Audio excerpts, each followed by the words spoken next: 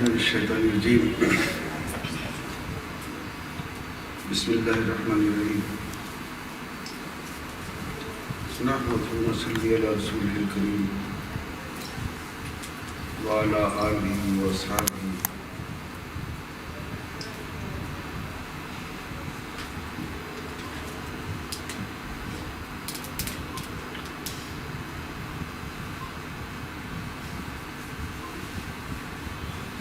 وشهداء محبته اجمعین برحمتک یا ارحم الراحمین۔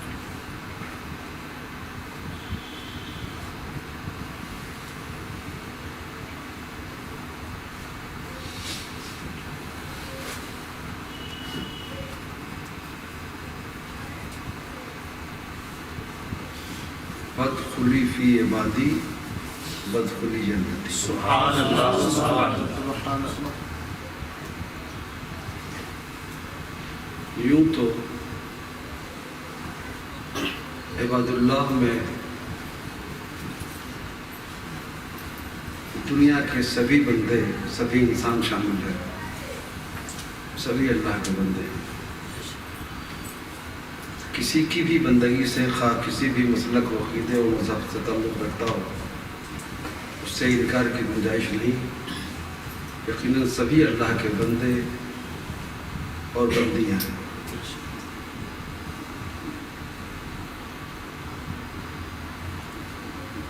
بندہ تو سبھی کو کہلانے کا حق ہے،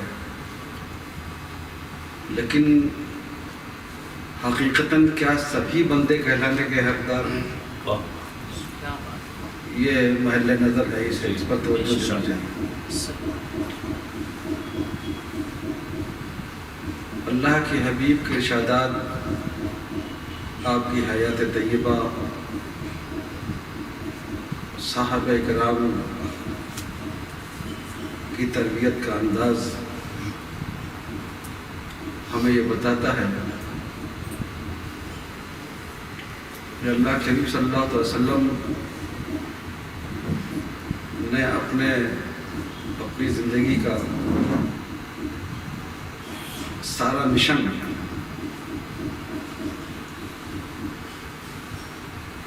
بہر صورت بہر شکل احساس بندگی پر وقف فرما دیا تھا۔ بندوں میں احساس بندگی برپا ہو جائے، یہی مشن رسول صلی اللہ علیہ وسلم۔ ان میں بھی بہت ساری کیٹیگریاں ہوئیں، جس میں جس قدر بھی جذبہ بندگی برپا ہوا، جس دل جس قدر اللہ کی بندگی میں سرشار ہوا، وہ اسی اعتبار سے اسے عزت اور اسے بلند معیار میں نصیب ہوا۔ بندگی کا مطلب صرف نماز نہیں، بلکہ اپنے خدا اور اس کے رسول کی رضا اور خوشی کے لیے اپنی زندگی کو وقف کر دینے کا نام بندگی۔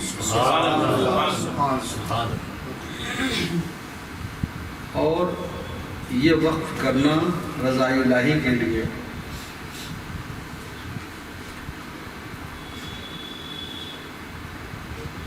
ایسا ہے جس کی مثال میں یوں دوں، جیسے کہا جاتا ہے مردہ بدست زندہ، جیسے ایک مردہ ہوتا ہے بحیث و حرکت ہوتا ہے، اس کے اندر کوئی طاقت و توانائی باقی نہیں رہتی کہ وہ جب چاہے اپنی آنکھوں کو حرکت دے دے، آنکھیں کھول دے، بند کر لے، اپنے ہاتھوں کو حرکت دے، اپنے جسم کو حرکت دے، اپنے پیروں کو حرکت دے۔ وہ بے حس و حرکت ہوتا ہے، اور زندوں کے ہاتھ میں ایک کھلونے کی شکل میں ہوتا ہے کہ زندے جس طرح سے چاہیں اس کے کپڑے اتاریں، زندہ افراد جس طرح سے چاہیں اس کے ہاتھ پیر اٹھائیں، اسے جس طرح سے چاہیں غسل دیں۔ سب کچھ زندوں ہی کے ہاتھ میں ہوتا ہے، مردے کا کچھ نہیں ہے۔ جب بندہ اپنے رب کی رضا کے لیے، اپنے رب کی رضا کی خاطر اس منزل پر پہنچ جاتا ہے۔ بندگی کرتے کرتے جذبہ بندگی جب اس کے ذہن و فکر پر اس انداز سے غالب ہو جاتا ہے کہ اپنے آپ کو اپنے رب کی رضا پر وقف کر دیتا ہے، اور اپنے آپ کو جب یوں سمجھ لیجیے کہ جب اسے صرف اور صرف احساس خدا رہ جائے، احساس خودی فنا ہو جائے، احساس خودی اپنے وجود کا، اپنے جسم و جان کا، اپنے عزیز و اقارب کا، اپنے آل اولاد کا، حتیٰ کہ اپنی جان تک کا احساس اسے نہ رہ جائے، اور صرف اپنے رب کے عشق میں غرق ہو جائے اور فنا ہو جائے، جسے صوفیہ کرام کی اصطلاح میں فنا فی اللہ بھی کہتے ہیں، کہ جب اسے کچھ بھی اپنے جسم و جان کی بھی خبر نہ ہو۔ اس میں دو طبقے ہیں، بندے جب اس منزل میں پہنچتے ہیں تو دو گروہ میں بڑھ جاتے ہیں۔ ایک وہ ہوتے ہیں جو اپنے آپ سے بے خبر ہو کر صرف یاد الہی میں اللہ کے سوا جنہیں کچھ بھی یاد نہیں رہتی، جن کی ہر سانس اللہ اللہ کرتی ہے، جن کا جن کے ذہن کے ہر خیالات اور احساسات صرف اللہ اللہ میں مست و مگن رہتے ہیں، جن کا دل عشق الہی سے اس طرح سے سرشار ہوتا ہے کہ وہ جدھر بھی نظر اٹھاتے ہیں انہیں صرف اور صرف اپنے رب کا جلوہ نظر آتا ہے۔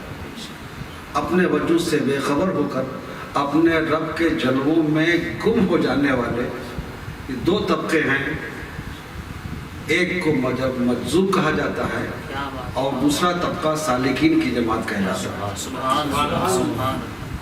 اسی لیے جب وہ عشق الہی میں غرق ہو کر اپنے وجود کے احساس سے بھی جو ہے بالا تر ہو جاتے ہیں، اور آپ اسے ایک بڑی پیاری مثال میرے ذہن میں آئی ہے، وہ ہے ہمارا بنیادی کلمہ طیبہ۔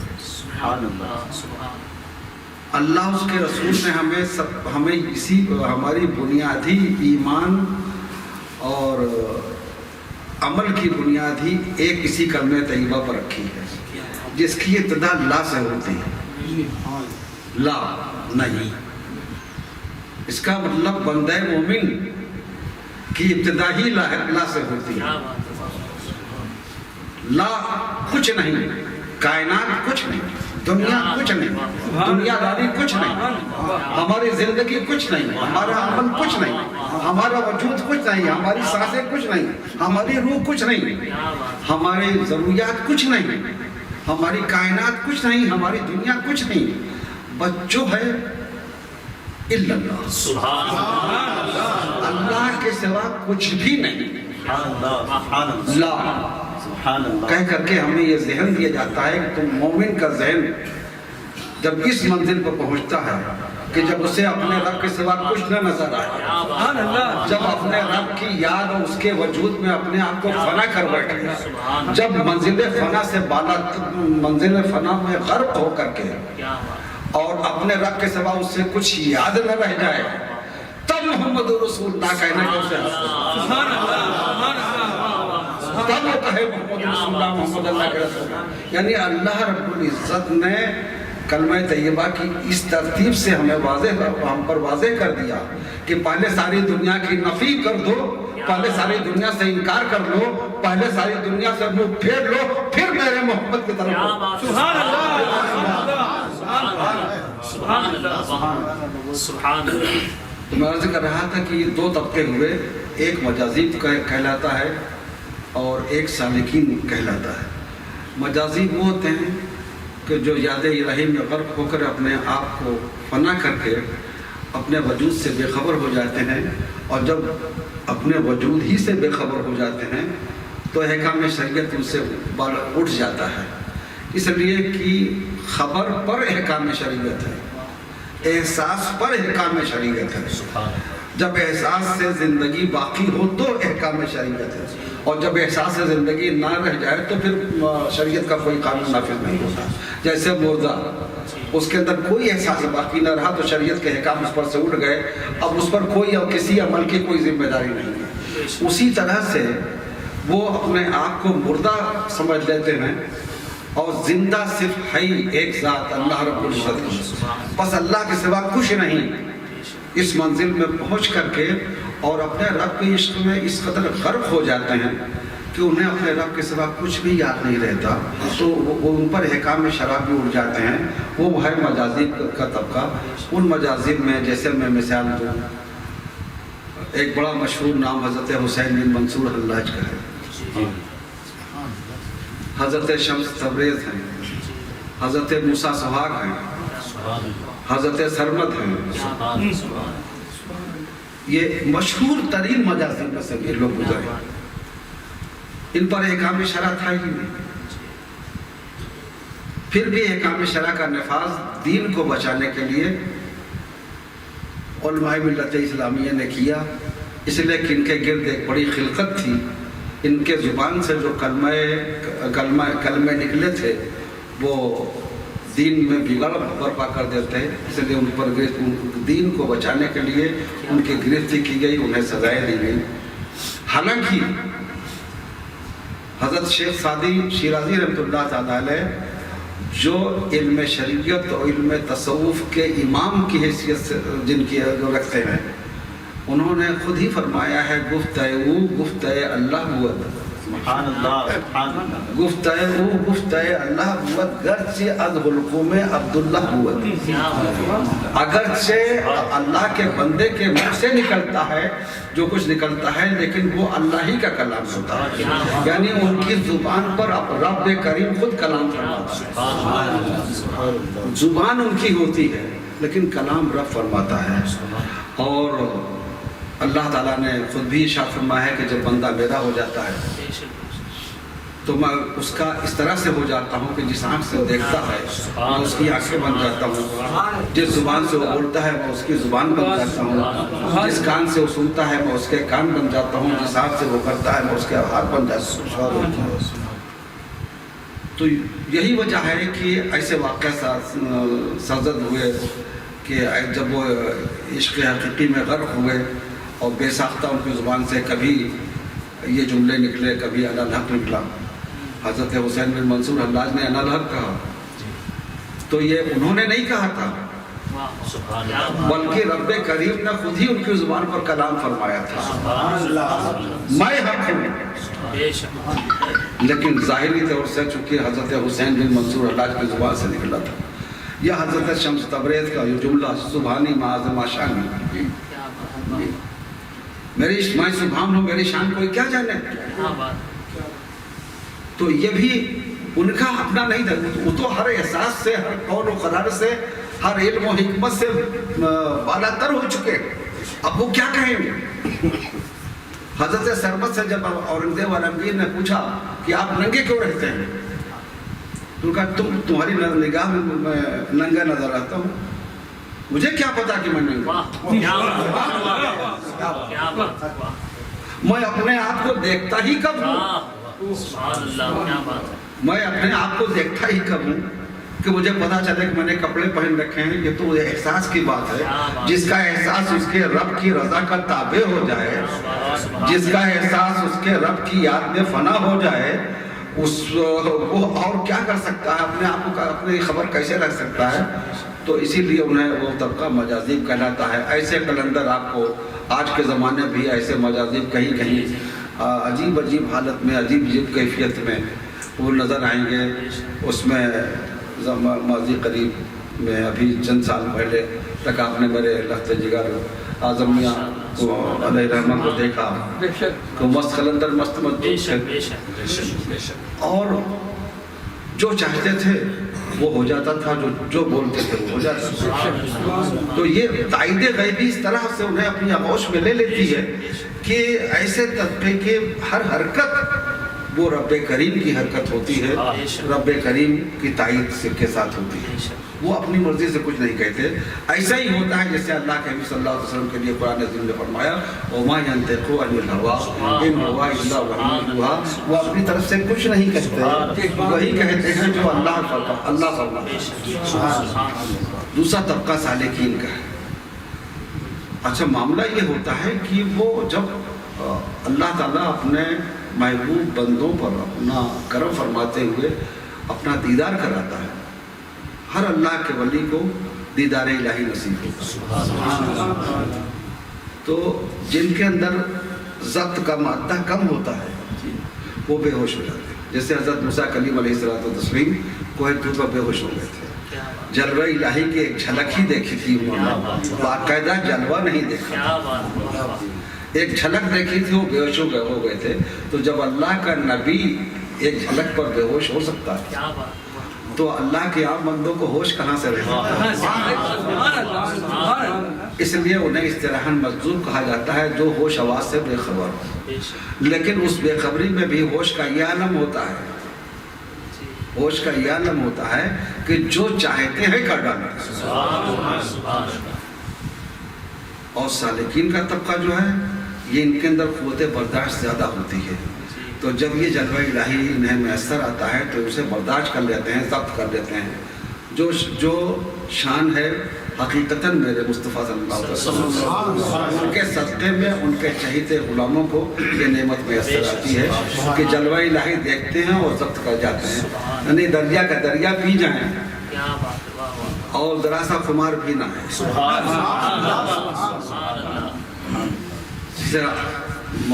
آقا عالم صلی اللہ علیہ وسلم شب معراج جب اپنے رب کے قرب خاص میں پہنچے تو اپنے رب کو اس انداز سے دیکھا اور مسلسل دیکھا کہ قرآن خود پکار اٹھا ما زاغ البصر وما طغى. مسلسل دیکھنے والی آنکھیں پلک جھپکائے بغیر دیکھنے والی آنکھیں. اب کچھ نہیں ہوا. وہ موسیٰ کلیم اللہ ایک جھلک دیکھ کر کے بے ہوش ہو گئے تھے. اور اللہ کے حبیب صلی اللہ علیہ وسلم کی یہ شان تھی کہ مسلسل اپنے رب کے قرب خاص میں نہ کہ کوئی دور پر, زمین پر نہیں بلکہ قاب قوسین اور ادنیٰ کی منزل میں پہنچ کے بھی ضبط کا یہ کمال تھا کہ مسلسل دیدار الہی کرتے رہے اور ہوش حواس میں گئے. تو یہی سرکار کی اس صفت کے کہ یہ صفت سرکار ہی کے صدقے اولیاء کاملین کو میسر آتی ہے. وہ جلوہ الہی دیکھتے ہیں اور برداشت کر لیتے ہیں اور اللہ اس کے رسول کے احکام کی ایسی پابندی کرتے ہیں کہ جیسی پابندی اور کسی کے بس کی نہیں. سرکار غوث الاعظم پیران پیر دستگیر رضی اللہ تعالیٰ عنہ اور اس طرح سے حضرت مولا کائنات سے سلسلے والا جاری ہوا. اور حضرت سیدنا حسن بصری اور سیدنا جنید بغدادی, سیدنا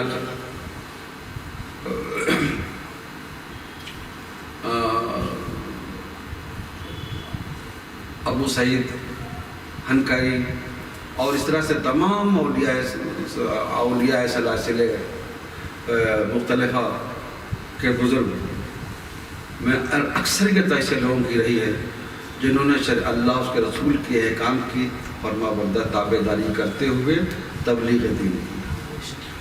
اب تبلیغ کا جو راستہ صوفیہ کرام نے, اہل اللہ نے, اللہ والوں نے اپنایا تو سنت نبی پر انہوں نے عمل کیا. جیسے جب کفار اسلام کی صداقت کے لیے ثبوت مانگتے تھے, اسلام کی سچائی کے لیے, حضور صلی اللہ علیہ وسلم کے دعوے نبوت میں سچائی کے لیے کہ آپ اگر اللہ کے سچے نبی ہیں تو یہ کر دیجئے, وہ کر دیجئے, وہ کر دیجئے, ان کے مطالبے ہوتے تھے. تو اللہ کے رسول صلی اللہ تعالیٰ علیہ وسلم ان کے مطالبوں پر اسلام کی صداقت اور حقانیت کو ثابت کرنے کے لیے معجزات کا ظہور فرماتے تھے.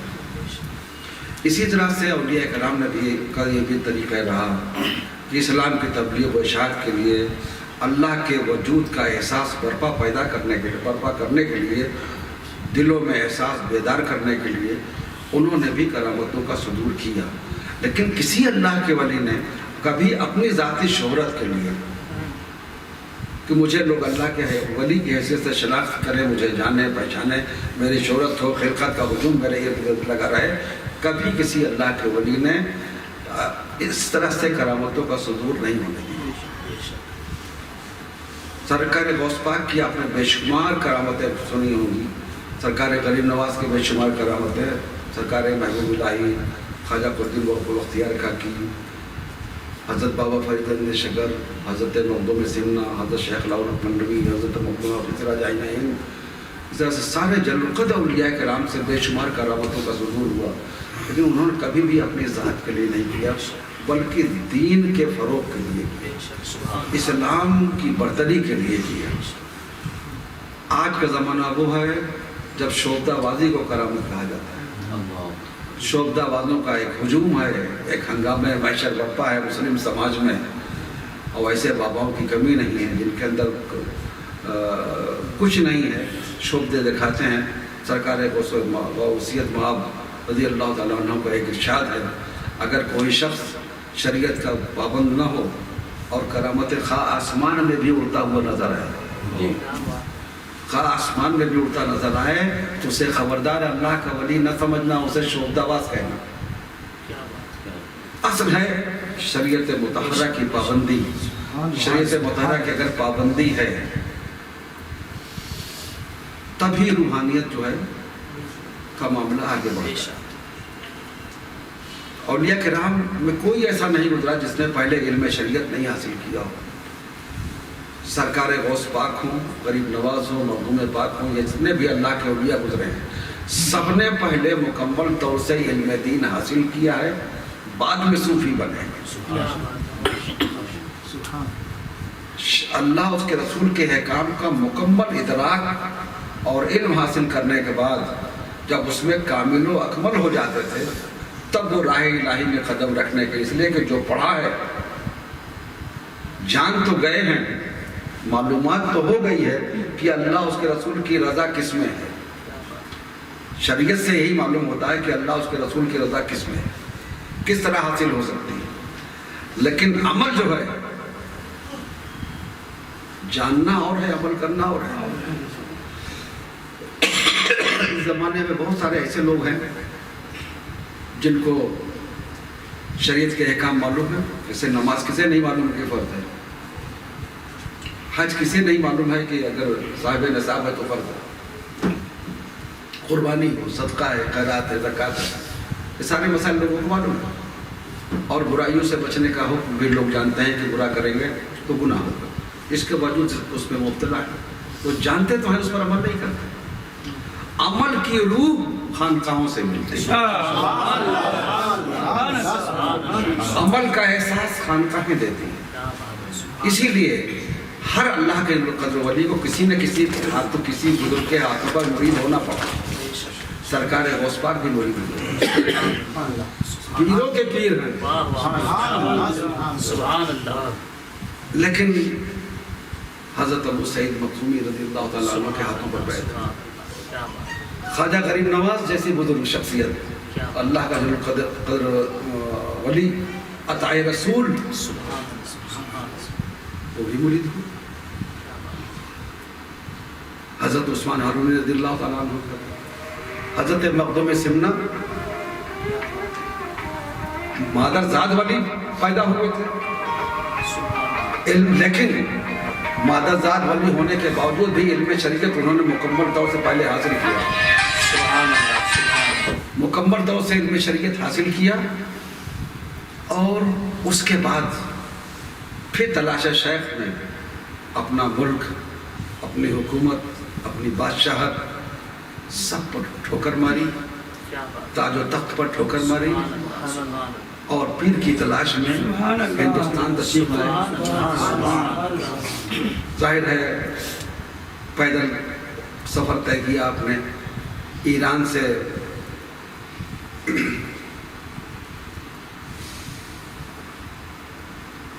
سرحدی علاقوں کے نقشے پر اگر آپ نظر رکھیں تو ایران سے افغانستان کی سرحدیں ملتی ہیں، افغانستان تشریف لائے. افغانستان سے پھر اس آج کا موجودہ پاکستان وہ ہندوستانی میں شامل تھا, وہاں تشریف لائے. اور پھر سرحدی علاقوں کا سفر کرتے ہوئے پھر آپ بنگال جیسے پچھڑے علاقے میں تشریف لے گئے, وہاں پیر ان کا موجود تھا. اور پیر ایسا با کمال کہ جب حضرت مخدوم سمنا رضی اللہ تعالیٰ عنہ سمنان وہ پنڈوا شریف اپنے پیر مرشد کی بارگاہ میں پہنچے تو انہوں نے ارشاد فرمایا, بیٹے جب تم نے سمنان سے اپنا ایک قدم باہر نکالا ہے, جب سے میں تمہارے ہر قدم پر نگاہ رکھتا ہوں, تمہیں قدم بقدم دیکھتا رہا ہوں. اب تم یہاں پہنچے, اب تم یہاں پہنچے, اب تم یہاں پہنچے.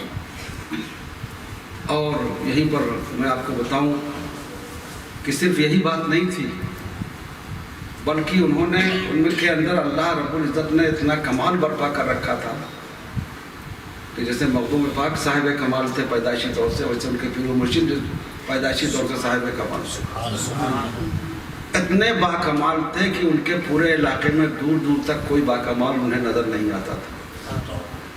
اور حضرت مخدوم عالم پنڈوا شیخ علاء الحق رضی اللہ تعالیٰ عنہ وہ پیر کامل کی تلاش تھی, اور کوئی انہیں ان کے معیار کا پیر نظر نہیں آتا, ان کے معیار کا پیر نظر نہیں آتا تھا. انہوں نے ایک ترکیب نکالی پیر کی تلاش کے لیے. اس زمانے میں لوگ پیدل ہی سفر کرتے تھے, تالاب اور دریا کے کنارے ہی قیام کرتے تھے تاکہ وضو وغیرہ میں وضو ہے غسل وغیرہ میں آسانی ہو اور عبادت آسانی سے کر سکیں. وہ تو جو بھی کہیں راہی چلتا تھا تو دریا یا تالاب کوئی نظر آتا تھا صاف ستھرا, اسی کنارے قیام کرتے تھے. تو پنڈوا شریف میں جہاں حضرت مخدوم عالم پنڈوا کا جھوپڑا آپ کا قیام تھا, آپ کی جھوپڑی تھی, وہاں ایک بہت بڑا تالاب تھا. تو جب ایسے تلاش کرتے کرتے تھک گئے اور پھر کوئی پیر کامل نہیں ملا تو انہوں نے یہ ترکیب کی کہ اپنے تالاب میں, جو کہ اس وقت ایک دم کھلی صورت پہ تھا, کچھ کوئی تعمیرات وغیرہ تو تھی نہیں, تو انہوں نے پانی کے اندر تالاب کے دم فرما دیا.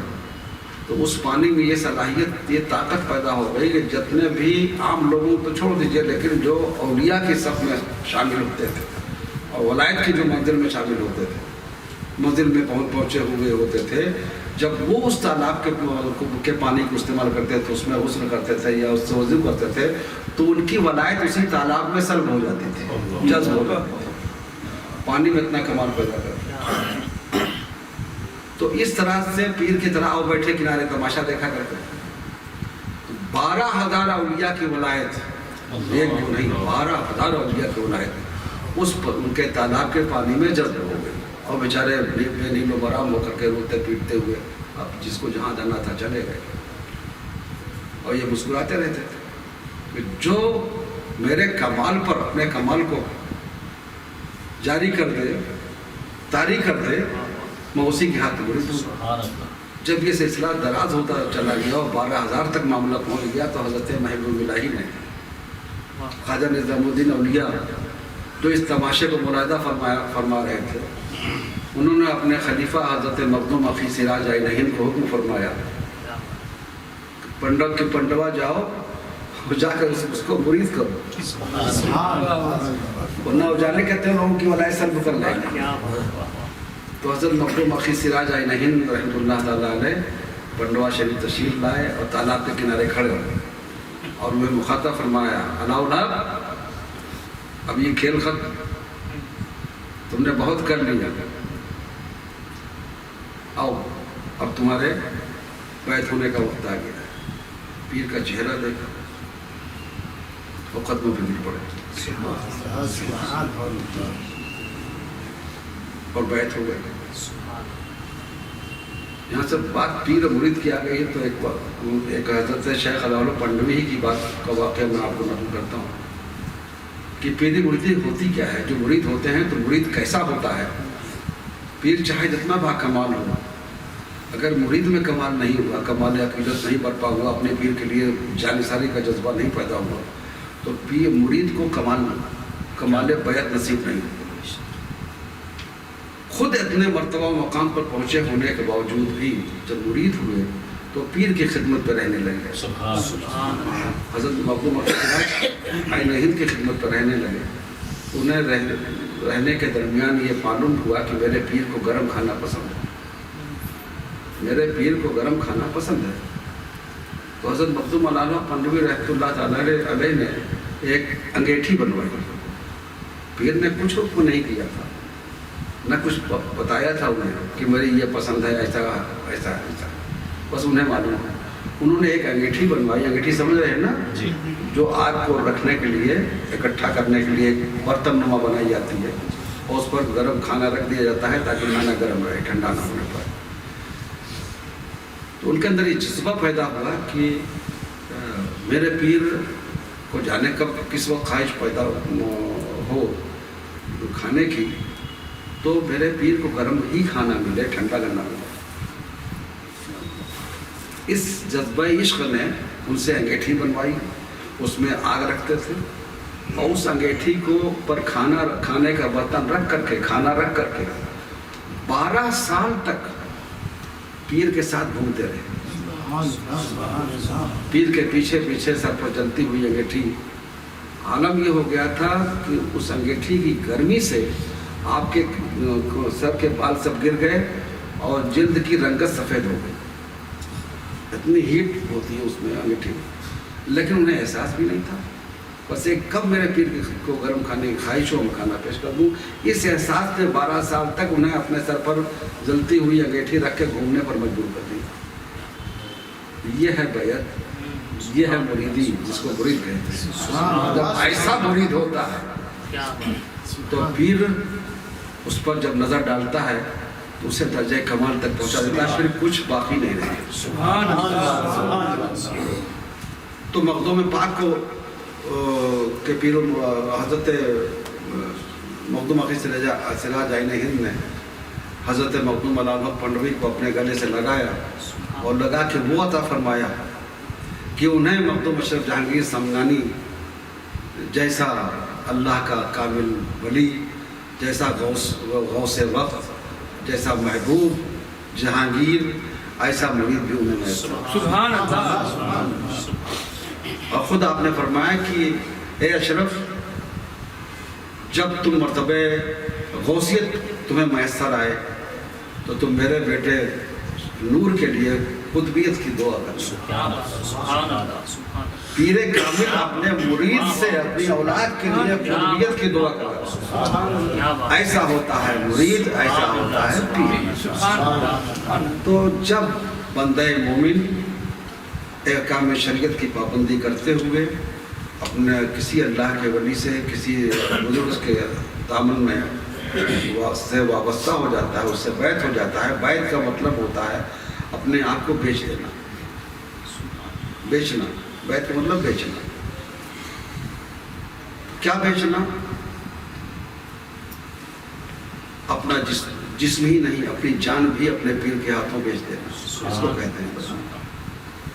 یعنی مرید جب اپنے پیر کے ہاتھوں پر سچی بیعت کرتا ہے تو حقیقت حال وہ یہی کہتا ہے زبان حال سے، حضور میں نے اپنے مال و متاع، اپنی اولاد، اپنے عزیز و اقربا، اپنا مال، حتیٰ کہ اپنا جسم، اپنی جان بھی میں آپ کے ہاتھوں پر بیچ دیا۔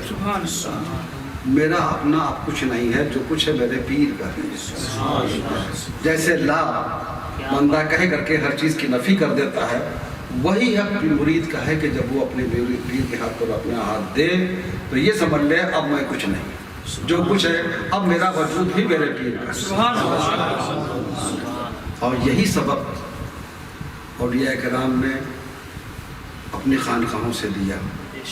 خانقاہیں اسی لیے وجود میں آتی رہی ہیں۔ خانقاہ اس گھر کو کہتے ہیں جہاں پر علم شریعت کی بھی تعلیم ہو، اور علم شریعت کے بعد روح کے وجدان اور روح میں روحانیت برپا کرنے کے لیے اور روح کو اللہ سے کے قرب عطا کرنے کے لیے تصوف کی تعلیم، روحانیت کی تعلیم دی جاتی ہے، اور اس کا مقصود یہ ہوتا ہے کہ یہ شریعت مطالعہ پر عمل کے بعد اب بندہ اس قابل ہو گیا ہے کہ راہ خدا میں آگے قدم بڑھا سکے اور اپنے رب کا قرب حاصل کر سکے۔ تو قرب حاصل کرنے کے لیے روح کو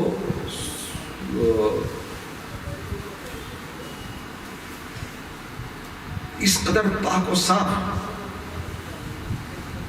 تصوف کا میں موٹا ترجمہ کر دوں، صوفی کا موٹا ترجمہ کر دوں، کہ جب دل کو تمام تر خرافات سے، تمام تر برائیوں سے، تمام تر آلائشوں سے، تمام تر خیالات سے، برے خیالات سے، خلاف شرع خیالات سے، جب دل کو ایک دم آئینہ بنانا ہو تو کسی پیر کامل کے پاس جاتا ہے۔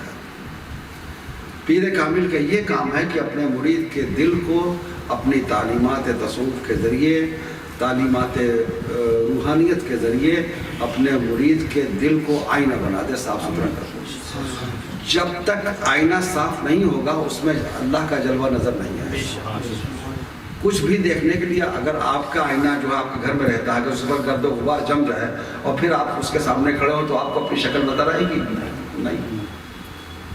وہ جو گرد و غبار کی تہ جمی ہے اسے صاف کرو، تب تمہیں جو کہتے ہو لا الہ الا اللہ کہتے ہو تو الا اللہ کا جلوہ اسی وقت نظر آئے گا جب دل کا آئینہ تمام گرد و غبار سے پاک و صاف ہو۔ یہی کام ہے صوفیہ کرام کا، اور اس ایسے کام جہاں ہوتے ہیں اسی کو خانقاہ کہتے ہیں۔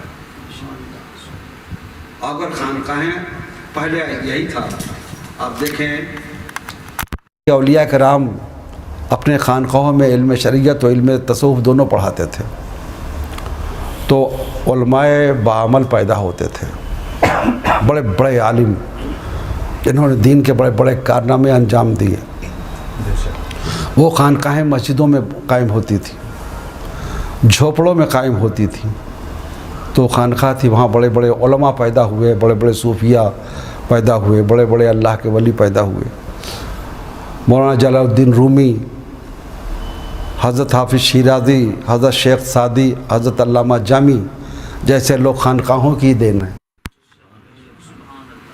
لیکن جب سے خانقاہیں ختم ہو گئیں یا آمدنی کا ذریعہ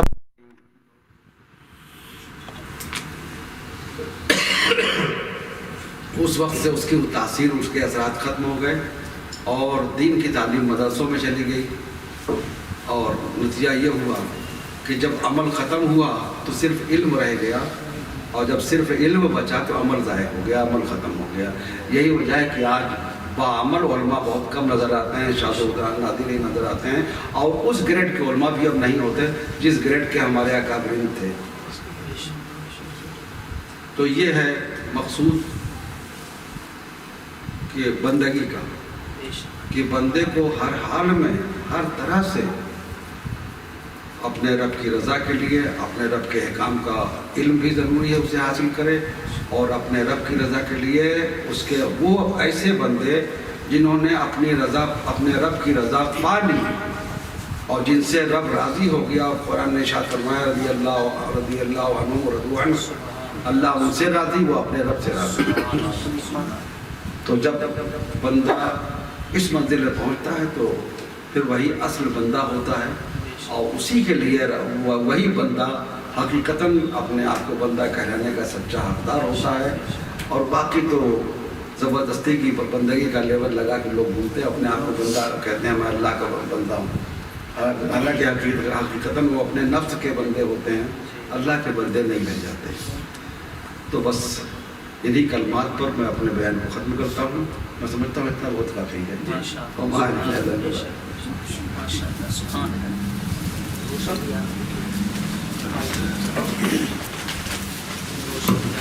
یا نبی